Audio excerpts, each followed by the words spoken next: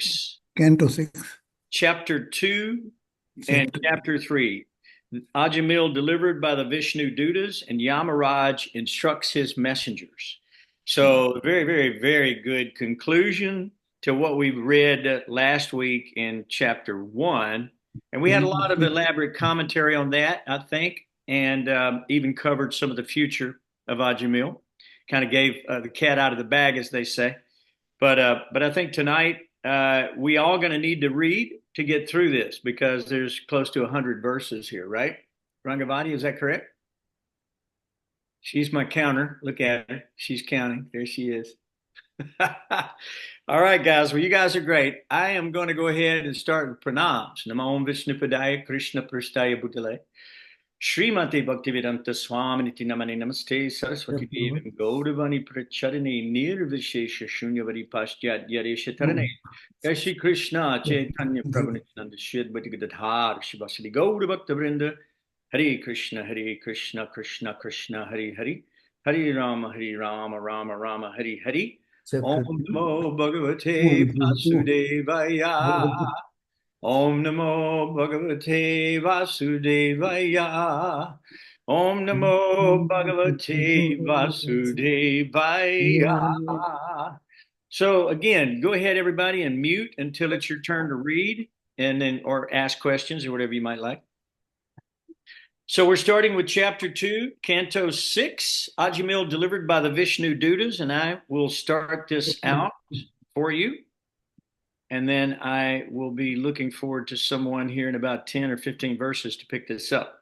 So text 1, Sukadeva Goswami said, "My dear king, the servants of Lord Vishnu are always very expert in logic and arguments. After hearing the statements of the Yamadutas, they replied as follows. The Vishnu Dutas said, alas, how painful it is that irreligion is being introduced into an assembly where religion should be maintained. Indeed, those in charge of maintaining the religious principles are needlessly punishing a sinless, unpunishable person. A king or governmental official should be so well qualified that he acts as a father, maintainer, and protector of the citizens because of affection and love. He should give the citizens good advice and instructions according to the standard scriptures and should be equal to everyone. Yamaraj does this, for he is the supreme master of justice, and so do those who follow in his footsteps. However, if such persons become polluted and exhibit partiality by punishing an innocent, blameless person, where will the citizens go to take shelter for their maintenance and security? The mass of people follow the example of the leader in society and imitate his behavior. They accept as evidence whatever the leader accepts. People in general are not very advanced in knowledge by which to discriminate between religion and irreligion. The innocent, unenlightened citizen is like an ignorant animal sleeping in peace with its head on the lap of its master, faithfully believing in the master's protection. If a leader is actually kind-hearted and deserves to be the object of a living entity's faith, how can he punish or kill a foolish person who is fully surrendered in good faith and in friendship? Ajamil has already atoned for all his sinful actions. Indeed, he has atoned not only for his sins performed in one life, but for those performed in millions of lives. For in a helpless condition, he chanted the holy name of Narayana. Even though he did not chant purely, he chanted without offense, and therefore he is now pure and eligible for liberation. The Vishnu Dutas continued. Even previously, while eating and at other times, this Ajamil would call his son, saying, "My dear Narayana, please come here." Although calling the name of his son, he nevertheless uttered the 4 syllables Narayana.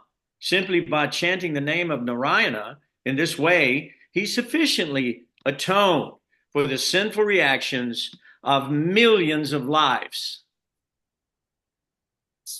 Let that sink in for a minute.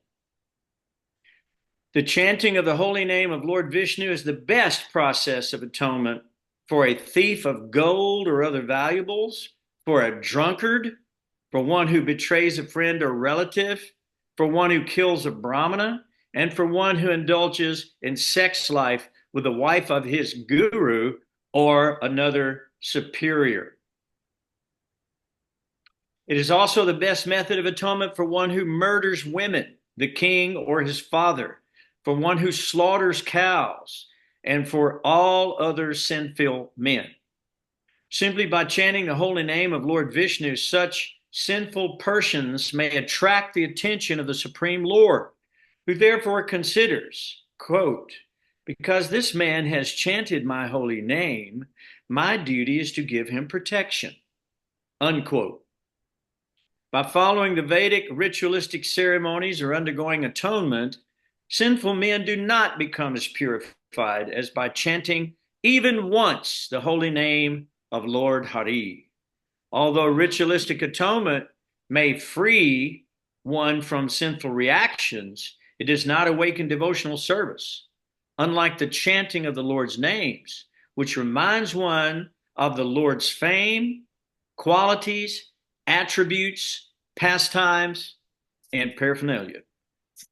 The ritualistic ceremonies of atonement recommended in the religious scriptures are insufficient to cleanse the heart absolutely, because after atonement, one's mind again runs forward towards material activities. Consequently, for one who wants liberation from the fruitive reactions of material activities, the chanting of the Hare Krishna mantra, or glorification of the name, fame, and pastimes of the Lord, is recommended as the most perfect process of atonement, because such chanting eradicates the dirt from one's heart completely.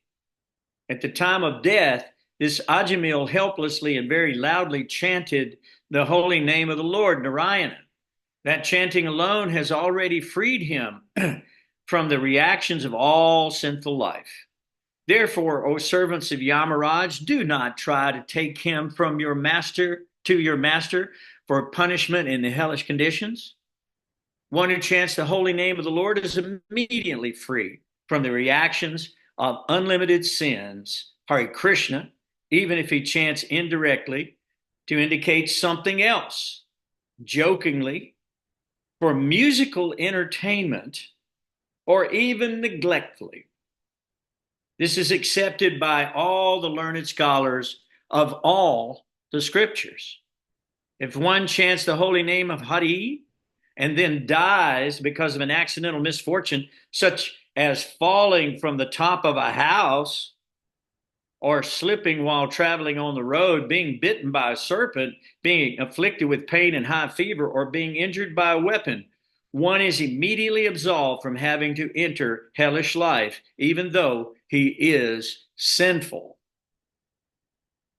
Authorities who are learned scholars and sages have carefully ascertained that one should atone for the heaviest sins by undergoing a heavy process of atonement, and one should atone for lighter sins by undergoing lighter atonement. Chanting the Hare Krishna mantra, however, vanquishes all of the effects of sinful activities, regardless of whether they're heavy sins or light sins.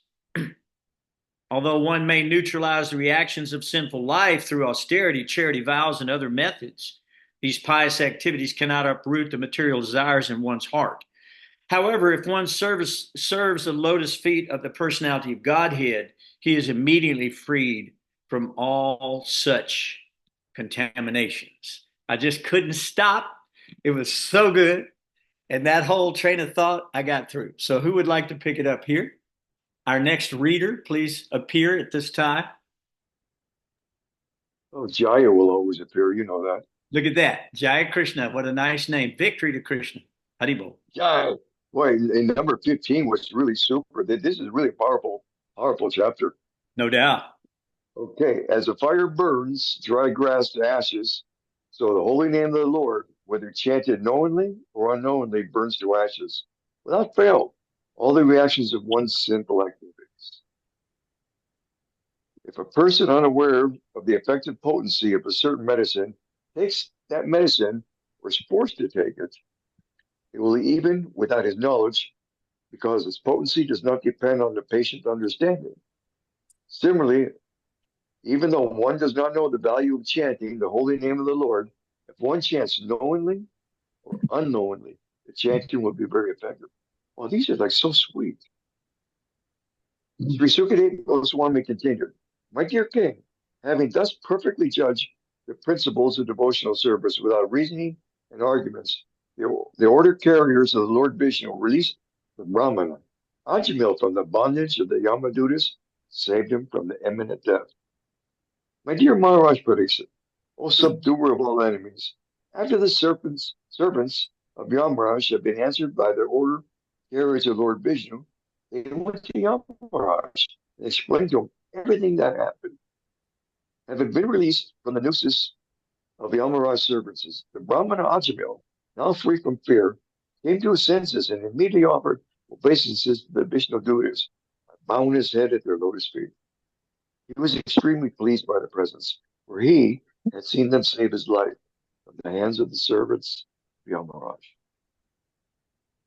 O sinless Maharaj Pariksit, the order carriers of the Supreme Personality of God, the Vishnu Dutas, saw that Ajamil was attempting to say something, but thus they suddenly disappeared from his presence. After hearing the discourses between the Yamadutas and the Vishnu Dutas, Ajamil could understand the religious principles that act under the three modes of material nature. These principles are mentioned in the three Vedas. They could also understand the transcendental religious principles, which are above the modes of material nature and which concern the relationship between the living being and the Supreme Personality of Godhead. Furthermore, Ajamil heard glorifications of the name, fame, qualities, pastimes of the Supreme Personality of Godhead. He thus became perfectly pure devotee. He could then remember his past simple activities, which he greatly regretted having performed. Amen to that. Ajamil said, Alas, being served to my senses, how degraded I became. I fell down from my position as a duly qualified Brahmana, begot children in the womb of a prostitute. Alas, all condemnation upon me. I acted so sinfully that I degraded my family tradition. Indeed, a beautiful young wife to have sexual intercourse with a fallen prostitute, accustomed to drinking wine. All damnation upon me. My father and mother were old, and I had no other son or friend to look after them. Because I did not take care of them, they lived with great difficulty. Alas, like an abominable lower class man, I had gratefully let them in that condition. It is now clear that a consequence of such activities, a sinful person like me must be thrown into hellish conditions, meant for those who have broken religious principles and must suffer extreme miseries. Was this a dream I saw? Or was it reality? I saw fearsome men with ropes in their hands coming to arrest me and drag me away. Where have they gone? And where have those four-headed liberated, very beautiful persons gone who released me from the arrest and saved me from being dragged down to hellish regions? I am certainly most abominable, unfortunate, to have merged in this ocean of sinful activities. But nevertheless, because of my previous spiritual activities, I can see four exalted personalities again rescue me. Now I feel exceedingly happy because of their visit. That's 15. I'll stop there for a while. Okay. And who would like to pick it up? Yep. Perfect. Thank you. That was good. Yes. All right. Who's next? All right. Rakesh. Okay. Can you hear me? Oh, we hear you. Wonderful, Rakesh. Okay. Nice to hear you too. Hare Krishna. And so this is text 33? That's correct. Okay. Were it not for my past devotional service, how could I, a most unclean keeper of a prostitute, have gotten an opportunity to chant the holy name of Vaikuntapati when I was just ready to die? Certainly it could not have been possible. Ajamil continued, I am a shameless cheater who has killed his Brahminical culture. Indeed, I am sin personified. Where am I in comparison to the all-auspicious chanting of the holy name of Lord Narayan? I am such a sinful person, but since I have now gotten this opportunity, I must completely control my mind, life, and senses, and always engage in devotional service, so that I may not fall again into the deep darkness and ignorance of material life. Because of identifying oneself with the body, one is subjected to desires for sense gratification, and thus one engages in many different types of pious and impious action. This is what constitutes material bondage. Now I shall disentangle myself from my material bondage, which has been caused by the Supreme Personality of Godhead's illusory energy in the form of a woman. Being a most fallen soul, I was victimized by the illusory energy and have become like a dancing dog led around by a woman's hand. Now I shall give up all lusty desires and free myself from this illusion. I shall become a merciful, well-wishing friend to all living entities and always absorb myself in Krishna consciousness.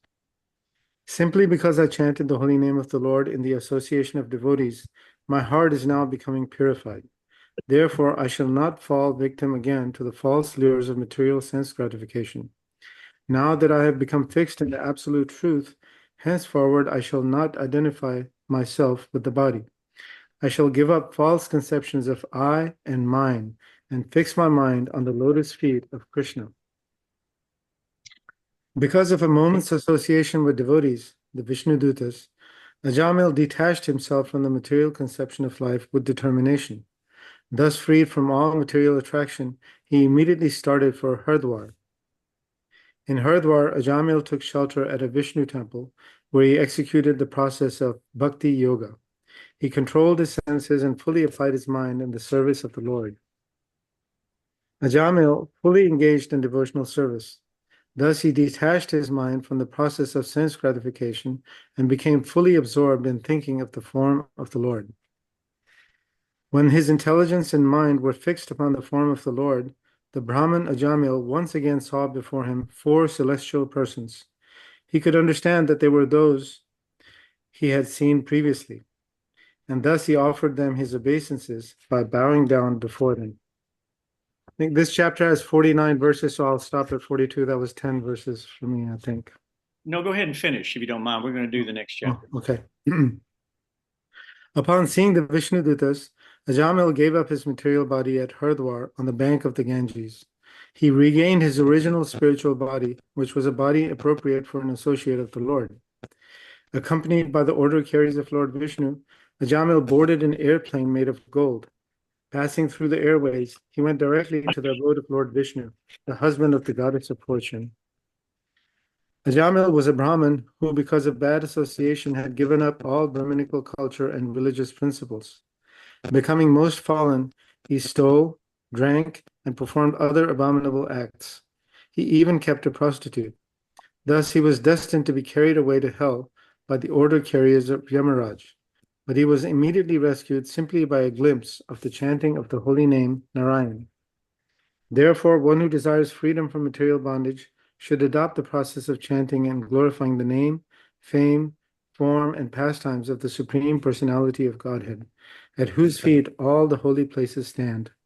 One cannot derive the proper benefit from other methods, such as pious atonement, speculative knowledge, and meditation in mystic yoga, because even after following such methods, one takes to fruitive activities again, unable to control his mind, which is contaminated by the base qualities of nature, namely passion and ignorance. Because this very confidential historical narration has the potency to vanquish all sinful reactions, one who hears or describes it with faith and devotion is no longer doomed to hellish life, regardless of his having a material body and regardless of how sinful he may have been. Indeed, the Yamadutas who carry out the orders of Yamaraj do not approach him even to see him. After giving up his body, he returns home back to Godhead, where he is very respectfully received and worshipped. While suffering at the time of death, Ajamil chanted the holy name of the Lord, and although the chanting was directed toward his son, he nevertheless returned home back to Godhead. Therefore, if one faithfully and inoffensively chants the holy name of the Lord, where is the doubt that he will return to Godhead? That's the last verse in this I chapter. love that. Those are so great. Those verses are so wonderful. We're going to come back to this here in a minute, but let's continue on reading from the next chapter, which is called Yamaraj Instructs His Messengers, and this will complete the reading of this Ajamil story. And so who would like to pick up at text 1? Who we got next? Can I, Hi, Prabhuji? Nishingalila. Haribo. Haribol, Prabhuji. Good to see you. Please read.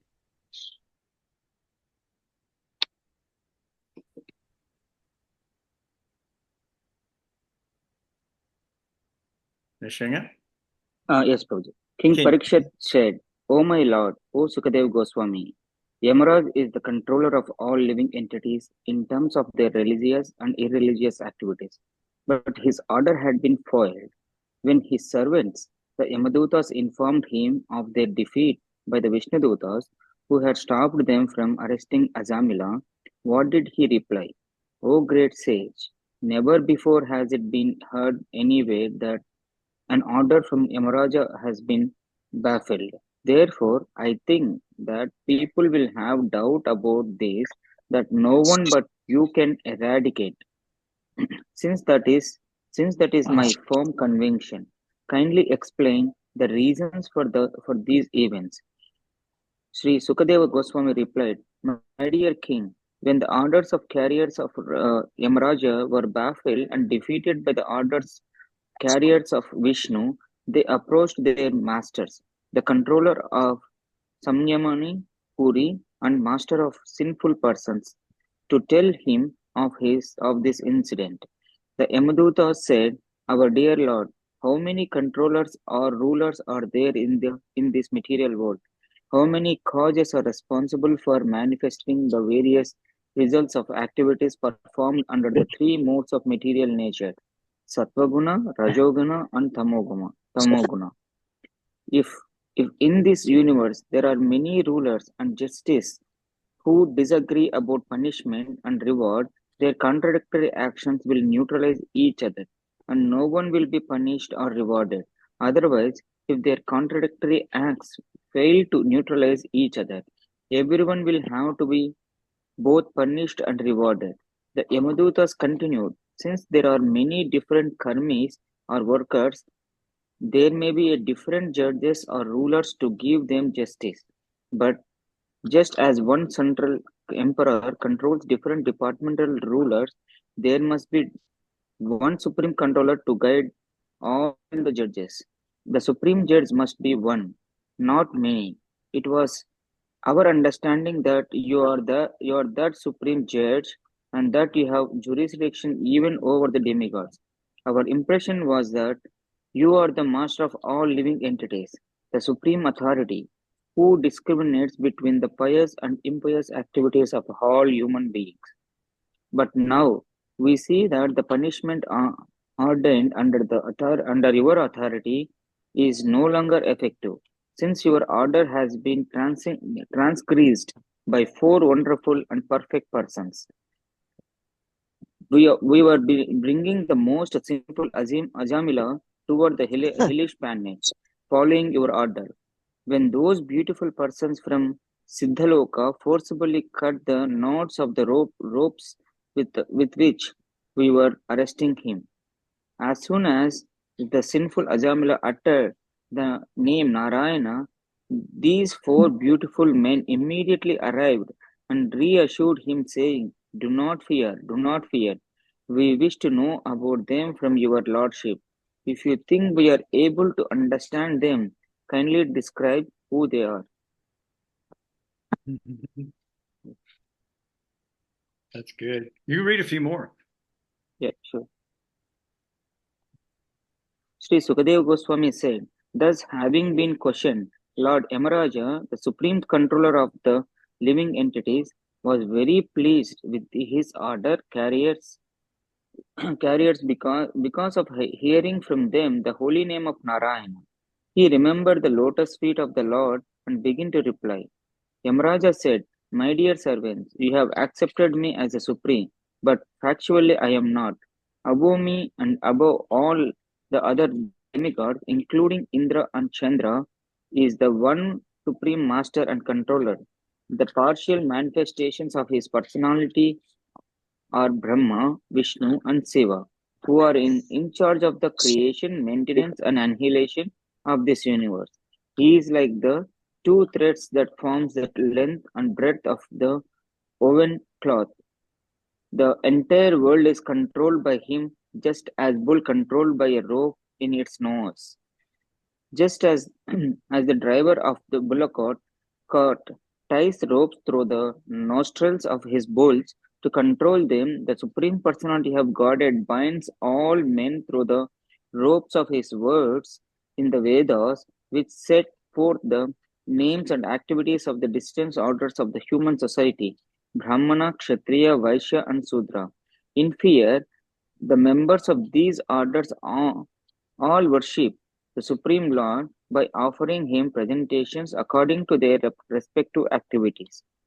Yamaraja, Indra, the king of heaven, Niriti, Varuna, Chandra, the moon god, Agni, Lord Shiva, Pavana, Lord Brahma, Surya, the sun god,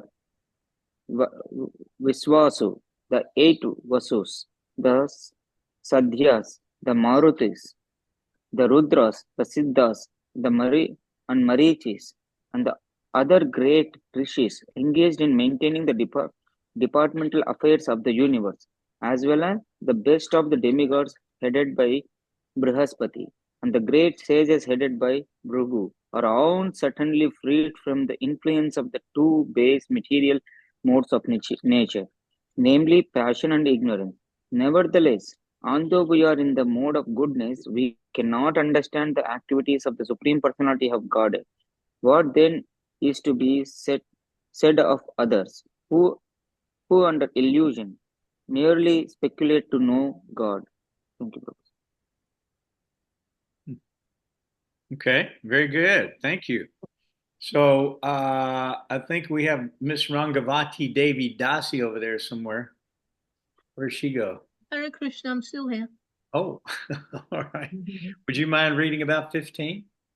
Okie dokie. Starting on 16, Sringalila, that was wonderful. Thank you. 17. Is there any of 16. your family here in Sringalila that you want to read, or Rakesh, anybody else in your group? Yes, Prabhuji, my daughter wants to read a couple of. Okay, Yes, please. after Rangavati finishes, please have Sure, it follow Prabhuji. it. Yeah. I read up to 15, Prabhuji. Yes. So Mataji can read from 16th on. There you go. 16. There you go. Perfect. As the different limbs of the body cannot see the eyes, the living entities cannot see the Supreme Lord, who is situated as the super soul in everyone's heart. Not by the senses, by the mind, by the life air, by thoughts within the heart, or by the vibration of words can the living entities ascertain the real situation of the Supreme Lord. The Supreme Personality of Godhead is self-sufficient and fully dependent. He is the master of everyone and everything, including the illusory energy. He has his form, qualities, and features, and similarly, his order carriers, the Vaishnavas, who are very beautiful, possess bodily features, transcendental qualities, and a transcendental nature almost like his. And they always wander within this world with full independence. The order carriers of Lord Vishnu, who are worshipped even by the demigods, possess wonderful bodily features exactly like those of Vishnu and are very rarely seen. The Vishnu Dutas protect the devotees of the Lord from the hands of enemies, from envious persons, and even from my jurisdiction, as well as from natural disturbances. Real religious principles are enacted by the Supreme Personality of Godhead. Although fully situated in the mode of goodness, even the great rishis who occupy the topmost planets cannot ascertain the real religious principles, nor can the demigods or the leaders of Siddhaloka, to say nothing of the asuras, ordinary human beings, Vidyadharas and Charanas. Lord Brahma, Bhagavan, Narada, Lord Shiva, the four Kumaras, Lord Kapila, the son of Devahuti, Swambhuva Manu, Prahlad Maharaj, Janaka Maharaj, Grandfather Bhishma, Bali Maharaj, Sukadev Goswami and I myself know the real religious principle. My dear servants, this transcendental religious principle, which is known as Bhagavatam, or surrender unto the Supreme Lord and love for Him, is uncontaminated by the material modes of nature. It is very confidential and difficult for ordinary human beings to understand. But if by chance one fortunately understands it, he is immediately liberated, and thus he returns home back to Godhead. Devotional service, beginning with the chanting of the holy name of the Lord, is the ultimate religious principle for the living entity in human society. My dear servants, who are as good as my sons, just see how glorious is the chanting of the holy name of the Lord. The greatly sinful Ajamila chanted only to call his son, not knowing that he was chanting the Lord's holy name. Nevertheless, by chanting the holy name of the Lord, he remembered Narayan, and thus he was immediately saved from the ropes of death. Therefore, it should be understood that one is easily relieved from all sinful reactions by chanting the holy name of the Lord and chanting of his qualities and activities. This is the only process recommended for relief from sinful reactions. Even if one chants the holy name of the Lord with improper pronunciation, he will achieve relief from material bondage if he chants without offenses. Ajamila, for example, was extremely sinful, but while dying, he merely chanted the holy name, and although calling his son, he achieved complete liberation because he remembered the name of Lord Narayan.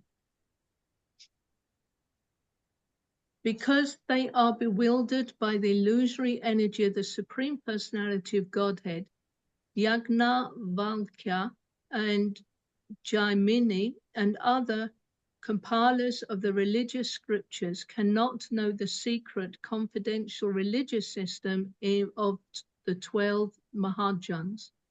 They cannot understand the transcendental value of performing devotional service or chanting the Hare Krishna mantra, because their minds are attracted to the ritualistic ceremonies mentioned in the Vedas, especially the Yajur Veda, Samaveda, and Rig Veda. Their intelligence has become dull. Thus, they are busy collecting the ingredients for ritualistic ceremonies that yield only temporary benefits, such as elevation to Swargaloka for material happiness. They are not attracted to the Sankirtan movement. Instead, they are interested in Dharma, Artha, Kama, and Moksha. Considering all these points, therefore, intelligent men decide to solve all problems by adopting the devotional service of chanting the holy name of the Lord, who is situated in everyone's heart and who is a mine of all auspicious qualities. Such persons are not within my jurisdiction for punishment. Generally, they never commit sinful activities. But even if by mistake or because of bewilderment or illusion, they sometimes commit sinful acts, they are protected from sinful reactions because they always chant Hare Krishna mantra. Shall I stay there? And if somebody else wants to pick it up from there, that's fine. That's good. Thank you. That was really good. Okay, Sringalila, is you guys want to continue over there? Do a little reading? Yes, Prabhuji. Okay, please.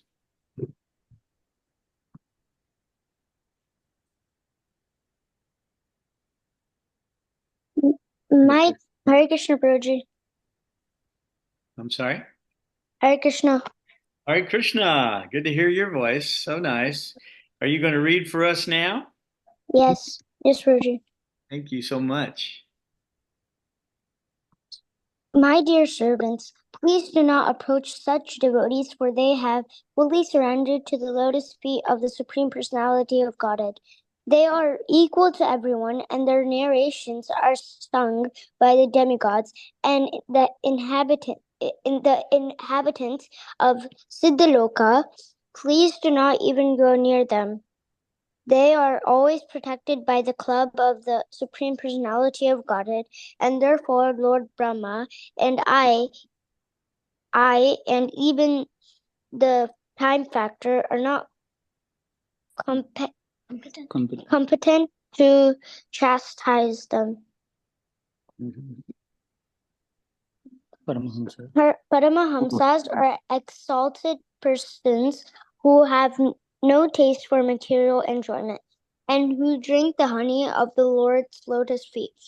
My dear servants, bring to me for punishment only persons who are averse to the taste of that honey, who do not associate with the Paramahamsas, and who are attached to family life and worldly enjoyment, which form the path to hell.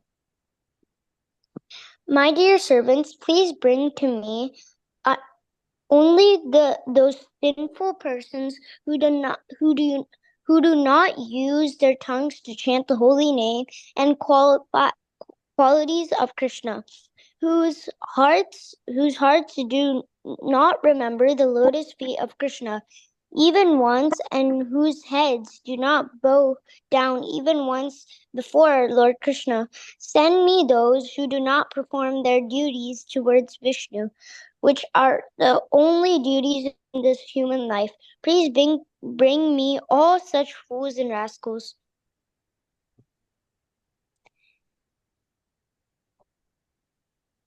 Then Yamaraj, considering himself and his servants to be offenders, spoke as follows, begging pardon from the Lord. O my Lord, my servants have surely committed a great offense by arresting a Vaishnava such as Ajamila. O Narayana, O supreme and oldest person, please forgive us because of our ignorance, we fail to recognize Ajamil as a servant of your lordship, and thus we have certainly committed a great offense. Therefore, with folded hands, we beg your pardon. My lord, since you are supremely merciful and are always full of good qualities, please pardon us. We offer our respectful obeisances unto you. Sukadev Goswami continued, my dear king, the chanting of the holy name of the Lord is able to uproot even the reactions of the greatest sins. Therefore, the chanting of the Sankirtana movement is the most auspicious activity in the entire universe.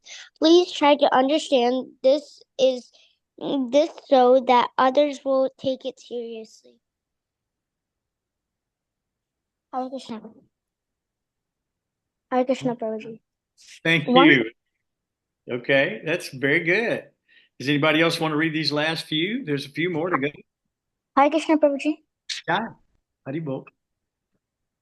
One who constantly hears and chants the holy name of the Lord and hears and chants about his activities can very easily attain the platform of pure devotional service, which can cleanse the dirt from one's heart.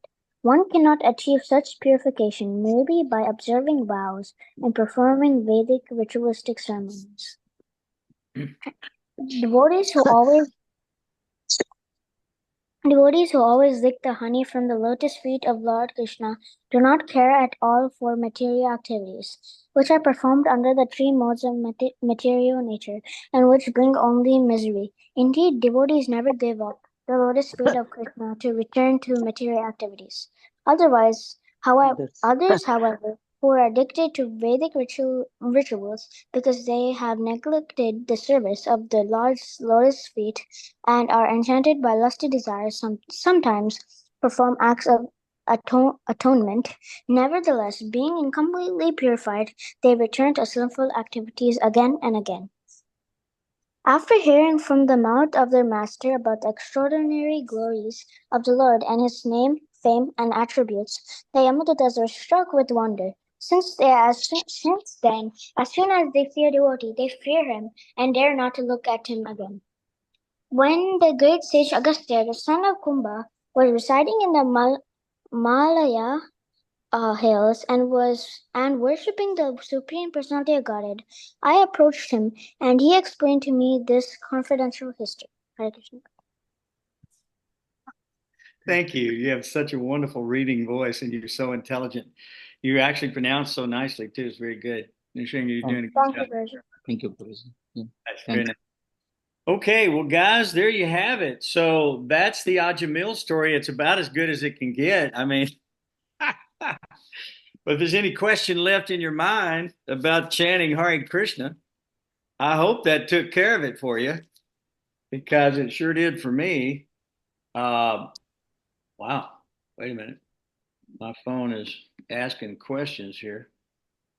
What is it doing? Have you ever had your phone listening to you and it just starts looking up stuff and doing things and making phone calls? I mean, this thing's got a mind of its own. Talking about artificial intelligence. That's incredible. So are there any points or any questions or anything that anybody would really like to go over first? And then we'll kind of just recap these two chapters quickly for you. Anything you got on your mind right now, please share it with us. We'd appreciate it.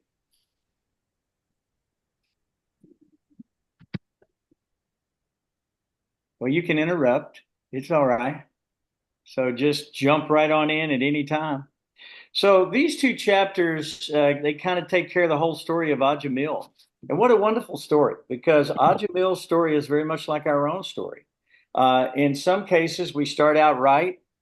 In our lives as devotees, we've tried sadhana bhakti, and we may have lived according to the principles very carefully. Many devotees have fallen away and tried material life again, thinking that this material life would somehow satisfy them. And they have all come up to a bitter end in most cases, and have definitely come back to take shelter of the lotus feet of Srila Prabhupada and of the Supreme Personality of Godhead, Sri Krishna. Because when they find out that these activities in the material world, although they appear to be pleasant and happy at first, they lead to misery in the end. So in the modes of nature, which this talks about all the time, in the mode of ignorance, there's misery in the beginning and misery in the end. There's no happiness at all. I mean, that's where sloth and, gluttony and all these other characteristics that we see that are kind of just in the mode of ignorance. People are dull. They're in a comfortable rut. They don't want to get out. They don't care how bad, how abominable it is. They're comfortable with it and they like it. In our business, we used to have to go into people's homes.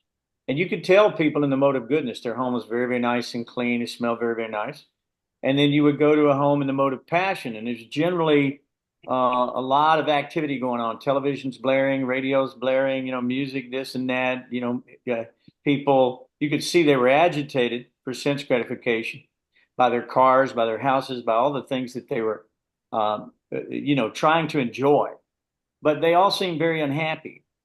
And then sometimes you go to a house, of a nice person in mode of goodness. And everything, the vibration in the house felt so good. So we reflect what mode that we're in, and we're actually driven by these modes of material nature to act. These are driving forces. Krishna says in Bhagavad Gita, compelled to act, even like by force, by like some force. And we're carried away like a riven cloud by these desires, lust, anger, greed, like that. And our lives are repeatedly destroyed. And we come back to the material existence again and again and again. So let's say that we finally take up the Vedic version, and we're all excited about performing ritualistic ceremonies to promote ourselves into a higher planet, possibly, or into a better bank account, or a bigger, nicer home, or more power over people in the world. Or for our own fame and aggrandizement. Let's say that that's what we're engaged in doing. And we do karma kanda, fruitive activities in the material world for that purpose. those gains, yes, those atonements may nullify those immediate sins. But it's a razor's edge, because just like if you don't uproot and burn the weed seed, it'll grow back in your garden again and again and again and again. It's like the elephant story we read last week, where the elephant goes and takes a bath very nicely, and it comes out and throws dirt all over its back. What's the use in that? That was the question that was being posed. What is the use in that type of atonement? Because it doesn't uproot material desires, but leaves one in the material world to take repeated birth and death. And those are the Vedas that were mentioned earlier, that take us to economic development, sense gratification, even moksha. We're talking about higher planetary liberation. So, or even to the impersonal realization of God. Even if we go to that realization of God in the Brahma Jyoti, we're not satisfied, we fall down. Krishna says in Bhagavad Gita, we cannot be inactive even for a moment. So it's ludicrous for us to take up all these harsh atonements and austerities and all of these so-called sacrifices and ceremonies, et cetera, and so on, that may have been recommended in other ages, like Satya Yuga, Treta Yuga, Dwapara Yuga, but not in Kali Yuga. In Kali Yuga, it's Harinama, Harinama, Harinama eva kevalam, Kalo nasteva, nasteva, nasteva gatir antyataha. So in this age, it's repeated 3 times. Anything that's repeated in the Vedas 3 times means do it. There's no question about it. This is the final conclusion. This is the answer you've been waiting for. All these millions of lifetimes where you've been in every 8,400,000 species trying to find a true happiness in each of those species by having the most beautiful, roach bug life? I mean, come on. I mean, they're eating, sleeping, mating, and defending just like us. You may be doing it in a big house with a nice luxury automobile, but they're getting around on their little centipede legs. They've got a family, they have children. They're eating, they're sleeping, they're defending their little territory. I mean, this is what we're doing in the material world. We're nothing but worms and stool here. I'm sorry. I wish I could give you some better news. But the Jivo Jiva Sajivanam, we're eating one another alive here. Even the devotees, they have to eat food. They're still living entities in those foods. But because Krishna sanctioned it by saying, Patram Pushram Phalam Toyam Yo Me Bhaktya Prayachati. Bhaktya. That means offer me love and devotion these items that I'm requesting.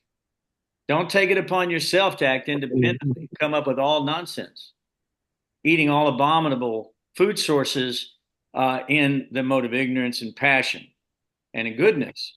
We eat transcendental food. It's called prasadam, the mercy of God, because it's first been offered in sacrifice to the Lord. So if you go back through all these verses, we really need to revisit this whole thing a little more carefully. I don't know that we have enough time, but in the book, it'll all be there, I promise you. But for tonight, there's a few little things that I would like to kind of go over with you in chapter 2 that I hope will stick out in your mind and be remembered by you over this next lifetime that we're living here. Very, very important to keep Ajamila on the brain, because you saw the benefits that were delineated and detailed at the end of this chapter. And I'm going to read those again for you too.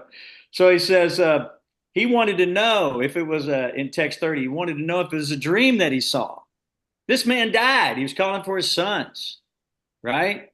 And so he saw these fearsome people with ropes in their hands coming to take him away, arrest him, and drag him. He wanted to know where they went. And where have those 4 liberated and very beautiful persons gone who released me from the rest and saved me from being dragged down to the hellish regions? Who were they? He then admitted he did repent. You notice this in text 32 through about 39. He just delineated all of his abominable activities, how sinful he was, but somehow, because he had some previous pious activity, he was allowed to see these exalted personalities who rescued him. Now he feels exceedingly happy about their visit. So he understood that his past devotional activities did help him, even though later he became the unclean keeper of a prostitute. At least he had gotten the opportunity to chant the holy name when he was just dying. So this example of dying and calling the holy names. This is throughout the Srimad Bhagavatam. This is throughout the Srimad Bhagavatam. Bhishma died in such a way. We know that he gave up the body at that time.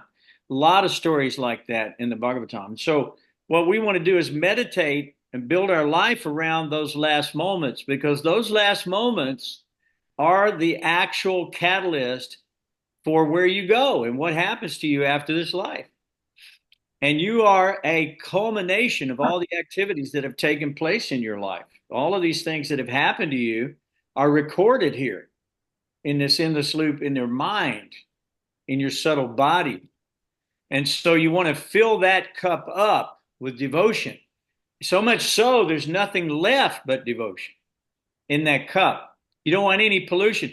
Just like you can have milk touched by the lips of a serpent. In India, the cobra comes up and drinks the milk as it's going into the bucket, but he leaves the poison and the little baby dies. So we have to keep it pure. We have to protect our bhakti lata bija, our little creeper of devotional life that's growing up. It's like our own Jack and the Beanstalk. We're trying to grow our devotion all the way back up to the spiritual world and climb that beanstalk all the way back home, back to Godhead. And that creeper can grow that strong and that tall if we are engaged in the activities that the Mahajanas had recommended. And what was the activities the Mahajanas recommended in the next chapter? Do you remember what it was? You remember what they were recommending? Mahajanas. Yeah. What did they say? They said that all of this other karma kanda and jhana kanda, jhana karma and karma kanda, they said all of this stuff is temporary and produces only limited results. So they don't recommend those types of activities at all. The Mahajanas, the greatest souls in all the universe who've completely realized, say that Bhagavat Dharma is the only process to take us from the material strata back home, back to Godhead without fail. And that can be done simply uttering the name of God one singular time without offense. And Ajamila had been able to do that. So it confused the Yamadutas. They didn't know who are these personalities that are stronger than Yamaraj. They couldn't even understand it. So much so they went back to Yamaraj and questioned him about it. We thought you were the supreme personality of Godhead. And he immediately said, no, of course not. I worship Vishnu. So he straightened the record out for sure at that time. If anybody had any question about the supremacy of demigods, you can just ask Yamaraj. He's the Lord of Death. He had the same capabilities as the super soul because he's in the hearts of everyone. Try to imagine having that power. But even the Lord of Death dies. Because the universe is unmanifest at some point. It's all drawn back into the body of the Lord. And it remains so. And then it's remanifest again and annihilated again and manifest again. And okay, matra sparsastu kanteya, satosna sukaduka da. Sukaduka, we don't want this happiness and distress. We don't want this repeated wheel of samsara where we're always getting dunked at the bottom. You've seen that. They have a ride. It takes you up and then it dunks you again. It brings you back and dunks you again. Constantly getting dunked in the sinful reactions in the material world or even pious reactions. We don't want those. So he then repents all the way through text 39, which I think is wonderful to read that over and over again because we all have similar stories. But on 38, he says something very special. And he says, simply because I chanted the holy names of the Lord in the association of the devotees, my heart is now becoming purified. Therefore, I shall not fall victim again to the false lures of material sense gratification.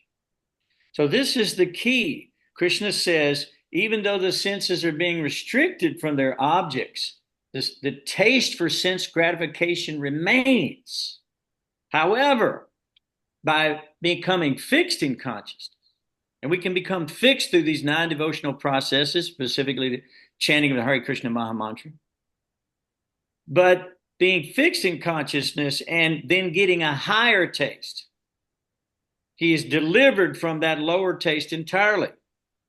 No longer do you have a desire, because the actual roots have been pulled up and cast into the fire, and all of those roots and all of those seeds that go with it are now crispy, burned to a crisp, turned to ash, and they cannot regrow again. So that's the example that we're getting in this chapter. We're also being told that even though he's got a moments of association with the devotees, Ajamila was being able to detach himself completely from the material concept of life, and with determination, he freed himself from material attraction. He headed for Hardwar, and he joined the temple there and engaged in the activities of bhakti yoga, because he knew that's what he had to do. Now, it says here that even a moment's association with a devotee of the Lord can change you just like that. But guess what? A moment's association with a non-devotee, bad association, can change you and definitely turn your cart upside down. And that's happening to everyone, because there is no good association. But go flip through every channel, go on the web, do what you want to do, look around. It's hard to find good association. So when we find it, we have to become attracted to it more and more and more. And however we can find love of God, we need to get it by all means possible. So these classes are there for that purpose, right? So going back through the chapter, we just see that the Yamadutas question Lord Yamaraj, and they had good arguments, because they were saying we can't have two masters in the universe. That it's all contradictory. If that happens, then everybody has to be punished and rewarded. That sounds kind of crazy. That's not possible. So they questioned him. They said, our Lord Master, if your order is no longer in effect, then what are we to do? So that's when Yamaraj explained to them, because they asked him, he said, how is it possible we're out delivering your judgment, and these four wonderful people come up and snatch the ropes and nooses from us and tell Ajamil, do not fear, do not fear. How is it possible that could happen? So Yamaraj goes into setting the record straight. It was wonderful. You should read all of those. That's text 12 and 13 in that chapter. I think the next chapter. And then he says that God is so powerful that in text 14, he says that the demigods don't even really understand the activities of the Supreme Personality of Godhead. So when the Lord tells them to do stuff, they may not know what the outcome is going to be. They have to have faith and trust in the Lord that the outcome is going to be wonderful. And in every case, if we read these stories in Srimad Bhagavatam, we'll see that the intelligence of the Lord is so amazing that he sets up these impossible situations. They're impossible. And then he solves all the nuanced problems of them all with such genius, such intelligence, that it's impossible for us not to fall in love with such prowess of intelligence and kindness and mercy upon even the demons, by delivering them, in some cases, even by killing them. Do you see what I'm saying? So we look at these stories, and it says that by reading the Srimad Bhagavatam carefully from Canto 1 all the way through the 10th canto and beyond, that one can develop God realization, that they can understand their purpose, why they're here, who put them here, what can they do when they go, what is the purpose of this whole existence, what are on the planets, who are they, how is this hierarchy being done? We can't see it with our eyes, just like with the limbs of your body, you can't see your eyes. My hand cannot see my eye, but my eye sees my hand, and therefore my hand is directed. So they describe that we're just like a bull with a noose in his nose being drugged by the rope of Vishnu. Everyone follows my path in all respects, so Arjuna. Krishna says in Bhagavad Gita, everyone is following his path in all respects. So whatever you desire, that's what you get. That's what Krishna gives you. So if you want to be here and desire this material world forever, that's your business. You can stay for as long as you want. Some people have had enough and are ready to get out of here. Therefore, they listen to the Mahajanas and they accept Bhagavad Dharma as the true religion. Bhagavad Dharma means loving devotional service unto the Supreme Personality of Godhead. That's the purpose of our lives. That's the goal of every living entity's purpose to exist, to surrender to the Lord and engage in the Lord's loving service according to his desire as he is revealed in the Shastra, through the Guru, through the Parampara, and through the Sadhu.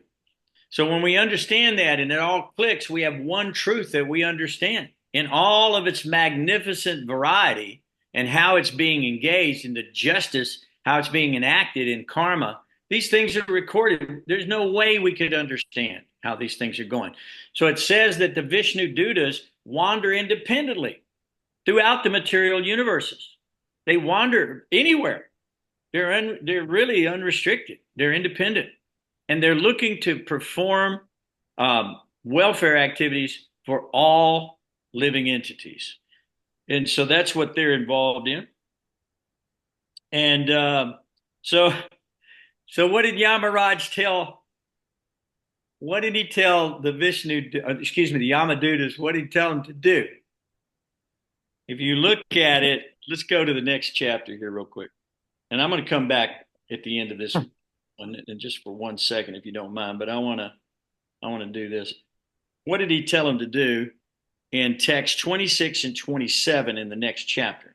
26 and 27, these we need to look at. Okay, here it is, right here. So he said, considering all these points, well, let me read this one first. He said, don't even go near them. What's that chapter? That's text 27. Yeah, that's what it is. My dear servants, please do not approach such devotees, for they have fully surrendered to the lotus feet of the Supreme Personality of Godhead. They are equal to everyone, and their narrations are sung by the demigods and the inhabitants of Siddhaloka. Please do not even go near them. They are always protected by the club of the Supreme Personality of Godhead. And even he says, therefore, Lord Brahma and I, even the time factor, are not competent to chastise them. So the Vaishnava is, or the Vishnu Duta, really, is the supreme position above all demigods, above all other principalities in this material world. And they are the most dear to the Lord. They're carrying out his activities at every second. So he says, Yamaraj says, don't even approach them. Don't go near the devotees. They're not marked for death. They're marked for eternal loving service to the Supreme Personality of Godhead. So what does Yamaraj do? In his final act of appreciation, he apologizes to the Supreme Lord with all of the Yamadutas and says a beautiful prayer. And I believe that's at the 28, 29, and 31. Those three are, if you ever want to go back and study those three, I would recommend it. Because Yamaraj apologizes and asks the Lord to pardon us for our ignorance. How dare we would ever approach one of your servants? So I think that's confirmation that you're beyond birth, death, old age, and disease when you're a devotee. First of all, you're not the material body in the first place. You're dwelling in the material body. But your life doesn't stop at the end of this body. Your life is glorious. It's continuing in devotional service. Wherever the Lord sends you, you can count on being given some service and connection to the Lord and being protected by the club of the Lord and the Sudarshan Chakra disc. Nobody's going to bother you. Listen, if the Lord is for you, who could be against you? If the Lord is protecting you, who could harm you? That's how the devotee thinks. And he goes into it with that kind of a mentality, and he lets the Lord do his job. He lets the Lord save him. Look at Prahlad Maharaj. Gave himself to that punishment, threw him off mountains, everything. The Lord was there to catch him. So in the same way, we can do that ourselves. But the most auspicious activity in the universe is delineated in text 31, and that says that therefore, because, my dear king, the chanting of the holy name of the Lord is able to uproot even the reactions of the greatest sins, therefore the chanting of the Sankirtan movement is the most auspicious activity in the entire universe. Please try to understand this so that others will take it seriously. That was written in Srimad Bhagavatam thousands of years ago. Okay. So one who constantly hears the chant, the holy name of the Lord, and hears and chants about his activities, can very easily attain the platform of pure devotional service, which can cleanse the dirt from one's heart. One cannot achieve such purification merely by observing vows and performing Vedic ritualistic ceremonies. Devotees instead are always busy licking the honey of the lotus feet of Lord Krishna and do not care for these dead, pale, stale, hackneyed material activities, which are performed under the three modes of material nature and which bring about only misery. So, because the seeds of desire have been burned to a crisp by the activities of devotional life, their material life is ended. They no longer have to take another birth or death in the material world. And they achieve liberation and protection from the Lord. We do not fear. Just like the Vishnu Dutas came to Ajamila, he said, do not fear, do not fear. What did Krishna say at the end of Bhagavad Gita? Abandon all these other things and just surrender to me. I'll protect you. Do not fear. Krishna is telling us do not fear. So we should follow his instructions and do not fear and go boldly into this world, chanting and dancing in ecstasy and calling out the names of the Lord, because anyone who hears it is immediately cleansed of all of their sinful activities. It's called a Gyata Sukriti. We used to talk about that in Atlanta a lot. Rakesh remembers that. A Gyata Sukriti. We'd go like, hey, they didn't know what, we gave them a book. They had no idea what it was, but they touched the book. Devotees were so happy that they just touched a book. Or even smiled favorably at a devotee. We thought, look how much benefit this soul is going to have in this next one. So devotees are like a desire tree, fulfilling all the desires of all the living entities since time immemorial, and delivering a deathless happiness, one that lasts forever. Satchidananda Vigraha, full with knowledge, full with bliss, full with ecstasy and eternality in a form that looks like God. Human form looks like Krishna. So that's a beautiful thing. The Vishnu Dutas had 4 arms. So one thing that my dear, dear friend Rakesh sent me last week at my request, he was so kind to follow up with me and send me something very wonderful that goes with the ending of this last chapter that we just read, which I'm going to go back to, if you don't mind, for just a moment, and then we'll finish the class. But at the very end of the previous chapter to this one, it says, while suffering at the time, this is text 49, while suffering at the time of death, Ajamila chanted the holy name of the Lord, and although the chanting was directed towards his son, he nevertheless returned home back to Godhead. Therefore, if one faithfully and inoffensively chants the holy name of the Lord, where's the doubt that he will return? So he did it even kind of inattentively, not even meaning to be calling on God. but he chanted those syllables, na, ra, ya, na, ra, ya, na.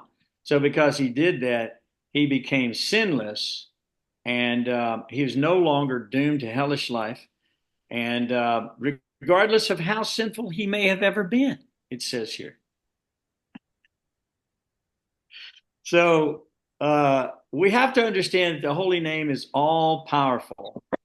And we just read those verses from the Shikshastakam in the last meeting that we had here. Now the other verses are Nadanam, Najanam, Nasundarim, Kavitam Va Jagadisha Kamaye, Mama Janmani Janmani Ishvare, Babatad Bhaktir Haitakitwai. And that means that Lord Chaitanya is saying that we don't desire women, we don't desire wealth, we don't desire fame, we don't want lots of followers. All we want is loving devotional service to the Lord, birth after birth. Janmani Janmani Ishvara. We wanted birth after birth. We're not even asking for liberation. And then he goes on to say, and I didn't bring the Shikshastakam with me, but he goes on to say, Ashlishava padaratam panastumam adarshanam marmatam karotava yatatava viditatu klampto madprana natastu sa eva napara. So even though the Lord may handle me roughly by his embrace, he's free to do anything and everything he wants to do, because I am his loving service unconditionally, life after life. So in that state of mind, one will actually be able to chant the Lord constantly and be able to develop the taste that's necessary that will fulfill all the dreams and desires of the heart and fulfill this quest that we've been on for the ultimate sense gratification. And you know what that is? Loving devotional service to the Supreme Personality of Godhead. It's ultimate because then you connect your senses to Krishna's senses. He's Harishikesh. And therefore, Krishna enjoys through you. He says he doesn't even like the things that are offered in the sacrificial fire nearly as much as he likes an offering made to the mouth through the Brahman. He enjoys that much, much more. So yes, let's serve the Vaishnava devotees of the Lord. And Rakesh asked a really good question last time, and he was saying about the 10 offenses. And yes, I'm going to recommend that we study that. And we should definitely make a separate class of that. But I do want to read what you were kind enough to send to me, because this is what I was looking for in my own file and hadn't pulled it up for the class, but now it's here. This is from Bhaktivinoda Thakur, and he says, your mind is wandering all over the universe when you chant. Well, chant anyway. Your mind is wandering in the past and the future when you chant. Chant anyway. You're not able to concentrate on Krishna's names while you chant. Well, chant anyway. You have no taste for chanting. Chant anyway. You're making offenses in chanting. What are you supposed to do? Chant anyway. You're not praying to Krishna to help you chant better. Chant anyway. You often chant late at night because you didn't get your rounds done. Chant anyway. So why should you chant despite all of the above obstacles? This is why. And this is very beautiful. There is no vow like chanting the holy name, no knowledge superior to it, no meditation which comes anywhere near it, and it gives the highest results. No penance is equal to it, and nothing is as potent or powerful as the holy name. Chanting is the greatest act of piety and the supreme refuge. Even the words of the Vedas do not possess sufficient power to describe its magnitude. Chanting is the highest path of liberation, peace, and eternal life. It is the pinnacle of devotion, the heart's joyous proclivity and attraction, and the best form of remembrance of the Supreme Lord. The holy name has appeared solely for the benefit of all the living entities, as their Lord and Master, their supreme worshipful object, and their spiritual guide and mentor. Whoever continuously chants Lord Krishna's name, even in his sleep, can easily realize the name is a direct manifestation of Krishna himself, in spite of the influences of Kali Yuga. That's um, that's Saranagati. That's from Bhaktivinoda Thakur's, and it's from the Adi Purana, quoted from the Adi Purana. So you have that information. And thank you, Rakesh, for sending me that. I'm very grateful. Thank you very much. That is beautiful. I have that actually framed somewhere, and we used to read that every day for years. It's so beautiful. So if you go back just for one last moment, and then we'll finish this class. Please go back to the end of chapter 2. Will I have time for a question? Oh, yeah, sure. Please go ahead. I'll wait till you're done redoing. No. Go ahead. Go ahead. Ask your question. I'll come back to this. This is the icing on the cake that I'm trying to get to. Well, every week I got a question from these beautiful readings. Please. So I understand why the Yamadutas exist. But my question is, why did they take this form, knowing that they're going to be in these hideous creatures forms and are going to be instilling punishment to people and ripping their limbs up and everything that they do, knowing that they've accepted this birth? I mean, do they accept this birth, or are the Yamadutas put in that place because they were so sinful that they're living in hell?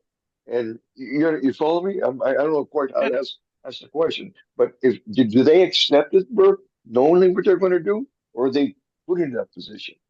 Well, we're all put into that position by our desire. Okay, you wouldn't be somewhere if you didn't want to be there. So you have desire, you have free will, and the human species of life is the time that you're developing your karma. Demigods, they're living off karma. They're not really creating karma so much like we are. They're living off karma. It's mode of goodness. In the demoniac life, in the hellish worlds, they've acted enviously, impiously, and with avarice, against other living entities, and jealousy and hate and anger and so many different things, greed, lust. We talked about that in these chapters we've been reading. And therefore, they're given a body that displays their mood. Just like, honestly, I have a little cat that comes up to our house, and, there was a squirrel head on my porch. It was perfect little head, but the body was gone. And the cat had brought the squirrel head up. They thought it was a good thing. So the cats are envious. They're in an envious body. They want to rip your flesh and eat you. That's called envy. They want something you have that they don't have. And they want to nourish themselves at your expense. So this is the condition that we find ourselves in human life. Then we have to go to hellish life and suffer. Yes. So all these mechanisms are there to counteract your activity. In other words, everything has to balance out and be neutralized by the Lord. Even stool and urine, if you put it in sunlight, it becomes pure, pathogen free. So in the eyes of God, every act is good for you, even that punishment, because it will bring you to the realization that you need, and to be able to give up these feelings for lust and greed and in the material world, because they only lead to vanity, vexation of the spirit.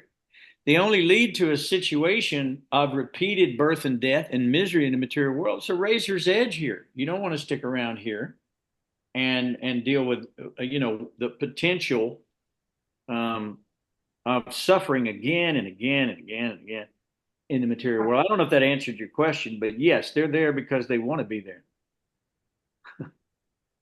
Wow. And we're all put. There was an old TV program, Stump That Man. I can't stump the teacher, but I keep trying. You can't what? I'm sorry? I didn't get that last part. All right. I said there was a program years ago that said, Stump That Band. Oh, I keep trying to stump the teacher, but I fail at it every week. oh, well, that's good. Keep coming up with good stuff, though. Why not, right? Keep bringing it to the table, man. So at the very end, what happened to Ajamil? At the very end of the story, what happened to Ajamil? What?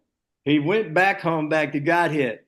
When he had his mind perfectly fixed on the Lord, what happened? He saw the four Vishnu Dutas again. This time they're in a chariot, like a Vimana, and they're ready to carry him back home, back to Godhead.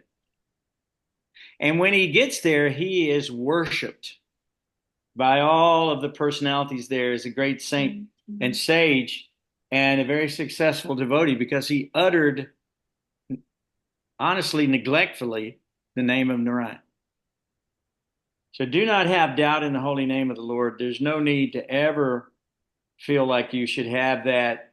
And this story of Ajamil is such a wonderful story. Simply by hearing the story, we become completely washed of all sinful reactions, and we actually can take up the process of devotional service wholeheartedly because our sins have been neutralized. So we have to take advantage of these great stories when we hear them, and we have to immerse ourselves in these stories and remember them from time to time because they are liberating in and of themselves. So it says, one who constantly hears and chants the holy names of the Lord and hears and chants about his activities. And even in the story of Ajamil and his deliverance, can very easily attain the platform of pure devotional service. So that's where we want to be, guys. And I'm grateful to you for being here tonight. We're already at 8:23, man. We've gone way past. We read 2 long chapters, so there's no further questions. I'm going to go ahead and end the class. And I want to thank you so much for reading and helping us with this study. And this 3 chapters have been wonderful. So we hope to publish these for the benefit of others who weren't here on the classes. So any other question or comment before we hang up?